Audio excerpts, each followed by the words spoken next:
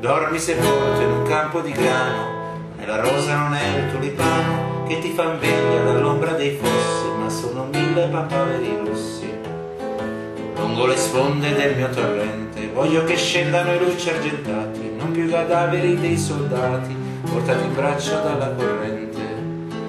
Così dicevi ed era d'inverno, e come gli altri verso l'inferno te ne vai triste come chi deve, il vento ti sputa in faccia la neve.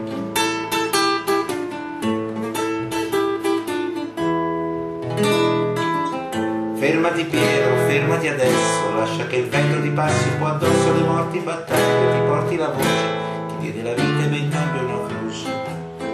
Ma tu non la udissi e il tempo passava, con le stagioni al passo di Giava, t'arrivassi a varcare la frontiera in un bel giorno di primavera. E mentre marciavi con l'anima in spalle, vedessi un uomo in fondo a una valle, che aveva il tuo stesso identico umore, ma la divisa di un altro colore.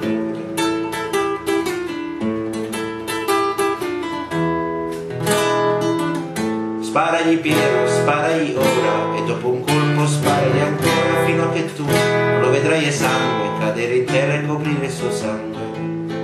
E se gli sparo in fronte o nel cuore, soltanto il tempo avrà per morire, ma il tempo a me resterà per vedere gli occhi di un uomo che muore.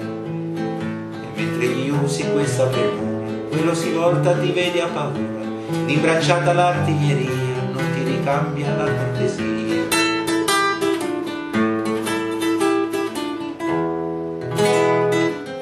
Cadessi a terra senza un lamento, ti accorgessi in un solo momento che il tempo non ti sarebbe bastato, chiede il perdono per ogni peccato. Cadessi a terra senza un lamento, ti accorgessi in un solo momento che la tua vita finiva quel giorno e non ci sarebbe più stato ritorno. Ninetta mia, morire di mancia, ci vuole tanto, troppo coraggio. Ninetta bella, diritto all'inferno, avrei preferito andarci d'inverno.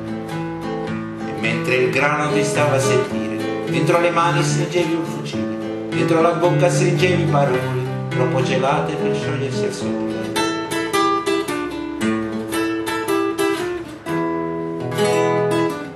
Dormi sepolto in un campo di grano, nella rosa non è il tulipano che ti fa veglia dall'ombra dei fossi, ma sono 1000 papaveri rossi.